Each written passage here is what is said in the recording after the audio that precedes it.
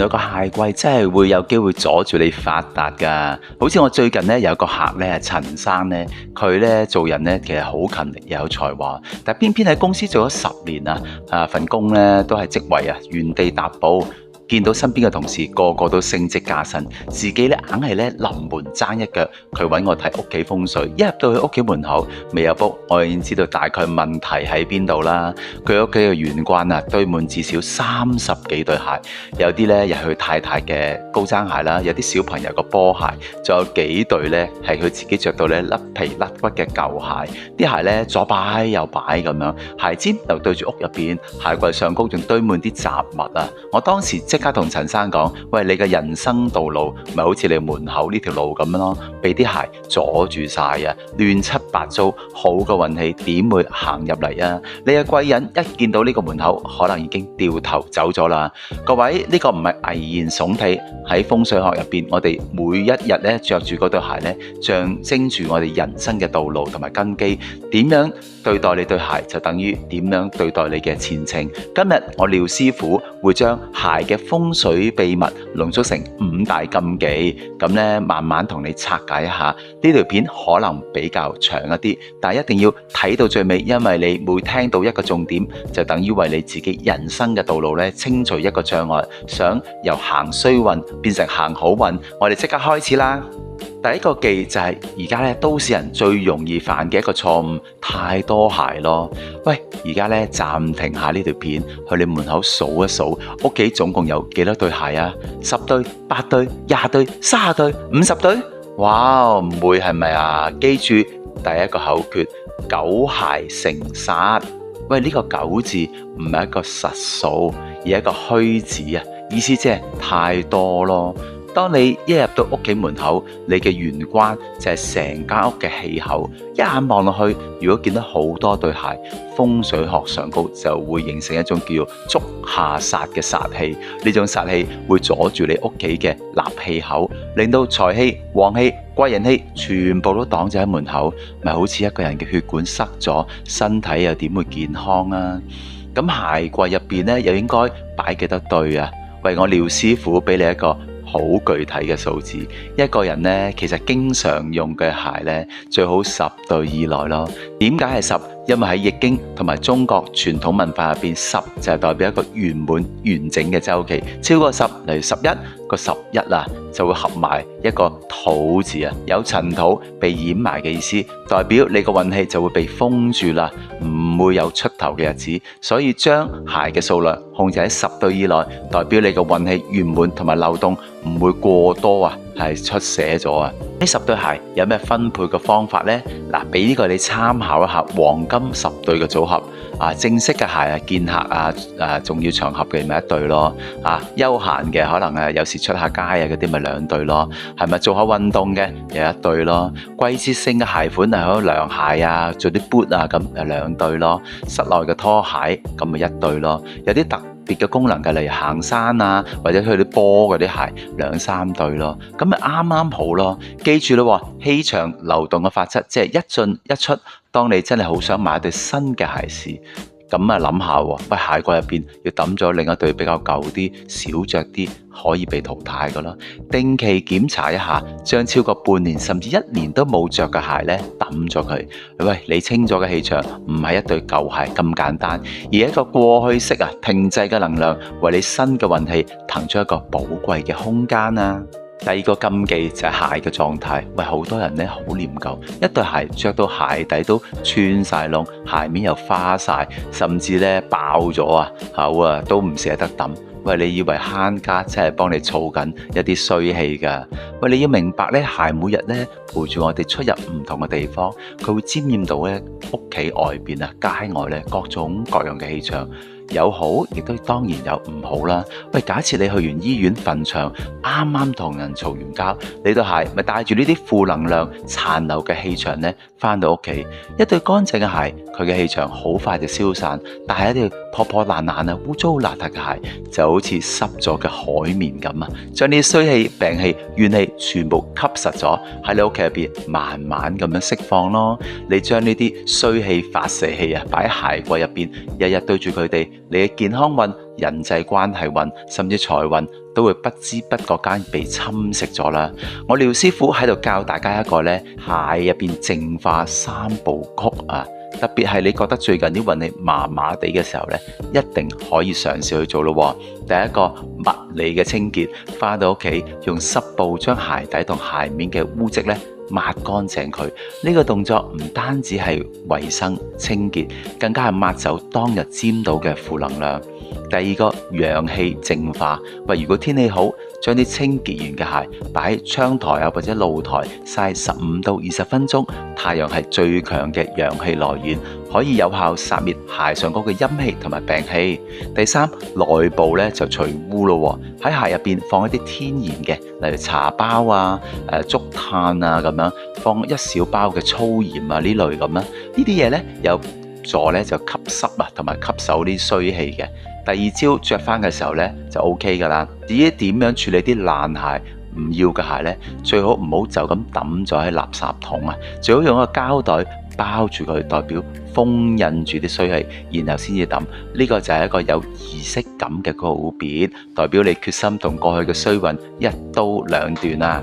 好啦，講完數量同埋狀態，嚟到最關鍵嘅其中一個部分，擺放啦。擺錯位等於係屋企日日咧佈一個空陣啊！第一個就鞋尖嘅方向，呢個咧每次咧我幫人睇風水嘅時候咧，好多人咧都會有機會擺錯咗。記住喎，所有放入鞋櫃嘅鞋咧，鞋尖必須要向內啊，特別係向住埲牆啦，或者係鞋櫃嘅背板。盡量就唔好將鞋尖咧對住外邊，對住自己屋企嘅生活空間，因為鞋尖形態上高就好似一把刀帶有火煞咯。如果鞋尖對住屋企，就會將財氣貴人全部吉走啊。如果對住客廳或者睡房，就會形成口舌是非之局啊，令屋企人之間咧容易有爭執摩擦。喂，你試諗下咯，一日有幾十把無形嘅刀仔對住你，你嘅情緒又點會安寧啊？第二咯，鞋櫃嘅高度啊，你鞋櫃咧有幾高？風水學上高咧，我哋將空間分為天地人三才啊。鞋咧，因為咧着過我哋啦，咁啊長年咧貼近嘅地面，所以佢嘅地氣咧一定係屬於地噶啦。咁啊，所以擺放鞋嘅鞋櫃高度絕對唔可以高過成間屋嘅1/3，亦都係大概人嘅膝頭哥對上少少。咁如果鞋櫃咧高度真係高過腰部咧，入咗人嘅範圍，就形成咗哈利嘅格局咯，代表你喺事業上容易被下屬啊、同事啊越權啊，甚至被人踩住上啊，有志都難伸啦。如果鞋櫃高到上心口，甚至膊頭，進入咗天嘅範圍，呢個咧係最嚴重嘅大忌啊！稱為呢個濁氣沖天啊！鞋嘅污氣咧，直接影響屋主嘅頭腦、思維、決策力，令你容易做錯決定，甚至影響心肺功能啊！鞋嘅位置咧，都要跟翻我哋叫做咩啊？左青龍啊，右白虎啊咁樣。咁究竟點樣擺呢？呢個真係好進階噶啦。咁啊，望一望呢，你咧屋企咧出邊咯。你左手邊呢，我哋叫青龍位；右手邊叫白虎位啊。青龍一般為吉位、貴人位，宜動不宜靜，宜潔不宜污啊。而白虎位就係空位，主煞氣，有鎮壓嘅力量，所以鞋櫃最理想嘅位置呢，就係大門嘅白虎位，即係右手邊咯。利用白虎嘅空性去鎮壓住鞋呢帶嚟嘅污糟氣啊、煞氣咁樣，以空制空啊。所以將鞋櫃擺喺左手邊青龍位，就等於用污糟嘅嘢咧去沾染你嘅貴人嗰邊，貴人自然唔會嚟幫襯你啦。擺鞋唔單止睇款式、顏色同埋材料質咧都好重要嘅，暗藏好多玄機啊！直接對應你嘅五行需要，揀啱咗，等於隨身帶住個法寶咁樣。阿廖師傅喺度教你一個簡單嘅五行揀鞋嘅方法啦。如果你需要補金嘅咯，咁你可以揀多啲白色、金色、銀色嘅鞋，材料上高金屬扣、漆皮嘅，有閃閃令嗰啲 bling bling 嗰啲咧，都係屬金嘅。如果你需要木嘅話咧，可以揀多啲綠色、青色、淺藍色嘅鞋，材料上帆布鞋啊、棉質、麻質啊，呢啲係植物纖維感覺嘅咧，都係可以係算係木色嘅。如果你需要水嘅話，可以多啲揀黑色、深藍色、灰色嘅鞋。但要留意，如果你本身已經運氣低沉，哇，情緒呢係好負面嘅話，唔好着全黑啊，因為水多呢就會好泛濫，你要加重你嘅負能量，同埋令你諗多咗嘢。可以揀翻啲黑白相間或者有其他顏色咁樣去補一補咁樣。如果你需要火嘅話呢，咁啊首選一定係紅色、紫色、橙色鞋嘅形態，尖頭鞋呢係最好嘅，火性好強。去見工、演講或者係第一次 dating 啊，着翻對帶火嘅鞋呢，大大咁提高你嘅氣場啦。如果你需要土嘅顏色，可以揀黃色啊、啡色啊、卡其色呢啲大地嘅顏色。材料上高麂皮、絨皮呢啲都係屬土嘅喎。你唔需要好複雜咁命理計算，只要問下自己，喂，我最近需要啲乜嘢？根據呢個指引去揀鞋，就係最直接嘅以鞋改運大法啦。最後一個禁忌就係關於秩序啊，一個混亂嘅鞋櫃代表一個混亂嘅屋企同埋磁場，同埋個人思緒都混亂一啲啦。咁所以咯，內外必須要分隔，呢個運身問題，呢個亦都唔關單純係氣場嘅事啊。喺街外着過嘅鞋，同埋屋企着過個拖鞋，盡量啊，仲要嘢講3次啊嘛，唔好擺埋一齊啊！出邊着個鞋呢，帶住外界一啲唔好嘅能量啦，唔好嘅煞氣啦。而室內嘅拖鞋代表你屋企呢個內堂呢係安穩嘅，將佢混埋一齊呢，等於將街外一啲是非、壓力、病氣直接帶到入你最私密嘅休息空間，嚴重影響睡眠質素同埋家庭和諧。最好準備一個專門放室內拖鞋嘅細細嘅架，同一啲其他嘅大鞋櫃咧分開處理。